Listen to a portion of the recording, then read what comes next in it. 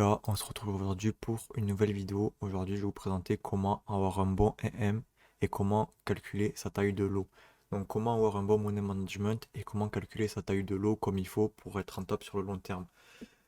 Du coup, moi, j'utilise un calculateur de lot qui s'appelle cashbackforex.com. C'est le premier que vous tombez quand vous tapez calculateur lot forex sur Internet. Donc là, on a nos paramètres. Je vais vous montrer comment les paramétrer.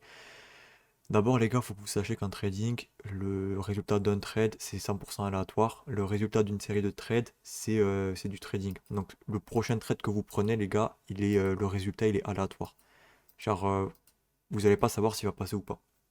Mais sur une série de trades de 10-20 trades, d'une série assez longue, vous allez savoir que vous allez être rentable parce que vous avez un edge dans votre stratégie sur une série de trades qui est assez longue. Donc ce qui est important, c'est de risquer tout le temps par exemple 1% par position, comme ça vous êtes sûr d'être rentable. Mais si vous commencez à risquer 3% sur une, 2% sur l'autre, 1% sur l'autre, vous n'allez peut-être pas être rentable parce que le money management ce n'est pas bien respecté. Et si vous commencez à perdre des trades à 3% et vous gagnez des trades à 1%, ça ne sera pas long pour vous. Donc par exemple, on va prendre un exemple de trade complètement au hasard. Donc par exemple, si vous prenez position ici, sur cette englobante ici par exemple, et vous essayez de viser le bas de cette structure, bon c'est un truc tout simple, et que vous avez 90 pips de stop, par exemple, qu'est-ce que vous allez faire pour risquer 1% sur ce trade-là? Comment vous calculez le lot, si vous devez risquer un lot, deux lots sur l'interface de MetaTrader? Comment vous calculez?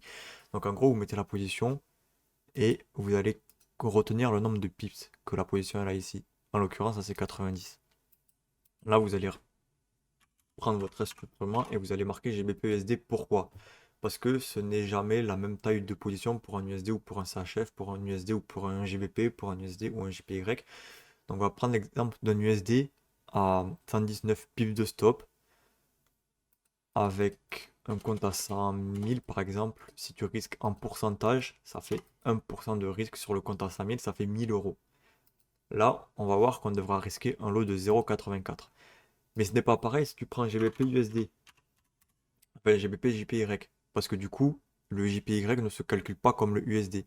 Et là, du coup, si je fais calculer, tu devras prendre un lot de 130. Donc c'est pour ça d'avoir un bon MM et vous pouvez pas faire en mode je risque un lot sur chaque trade.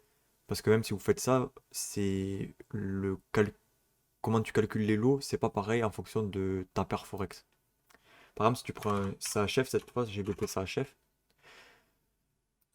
t'as vu, et si tu mets 119 pips, c'est 0,75, donc c'est encore moins. C'est parce que le CHF, c'est plus puissant que le JPY. Donc en gros, t'as besoin de moins de lots pour ouvrir la position.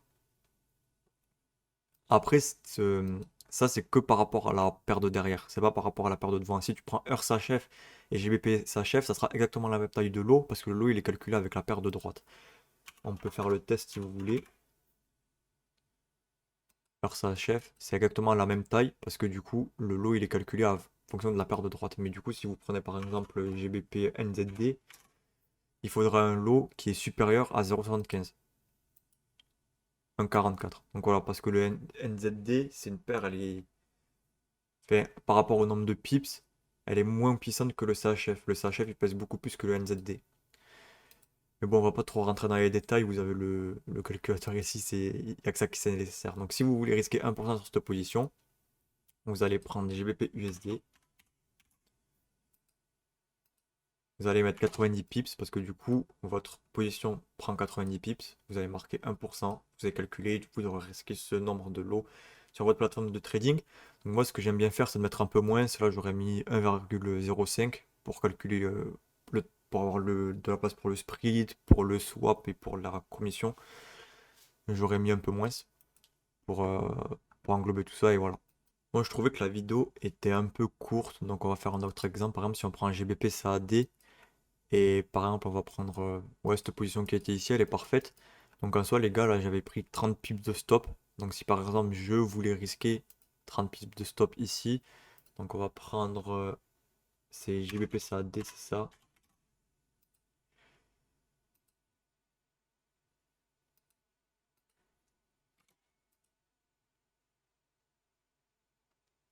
Donc tu risques sur 30 pips de stop, Si tu as un compte, allez, on va dire que tu as un compte à 10K, un compte propre firme à 10K, donc tu mets 10 000 ici dans le solde du compte. Ta devise, c'est important de mettre sa devise, parce que si tu as un compte en euros, ça sera pas pareil qu'un compte en dollars aussi. C'est ça, j'ai oublié de vous le préciser, les gars. Si tu mets un compte en euros, 0,48 et un compte en dollars, ça sera pas la même chose, parce que c'est pas calculé avec la même devise. C'est pas calculé avec la même devise. Après, l'heure et l'USD, c'est une devise qui est assez proche, mais si vous avez un compte en... Après, c'est impossible, personne n'a des comptes en JPY ou en truc, mais en général, ça change pas grand-chose si t'as un compte en euros ou un compte en dollars, mais vaut mieux mettre ton solde du compte qui est ici, ta devise. Donc après, ça, vous n'avez pas le modifier, ça, c'est pas modifiable en bas, t'as juste à modifier le nombre de pips, le nombre de comptes, risque 1%, calculé, et là, tu auras tout le temps une position, la taille de position parfaite pour ton trade. C'est tout simplement, c'est comme ça que je fais depuis 3 ans, c'est comme ça qui est rentable. Faut jamais prendre, par exemple, un lot de 0,5 sur tous les trades, parce que le nombre de pips il change, la devise elle change, et ça fait que c'est mauvais, et tu resteras jamais 1% sur tous tes trades. Donc voilà les gars, c'était une vidéo plutôt intéressée pour les débutants aujourd'hui. J'espère que vous avez kiffé la vidéo, et on se retrouve dans 2-3 jours pour une prochaine vidéo. Voilà, bye.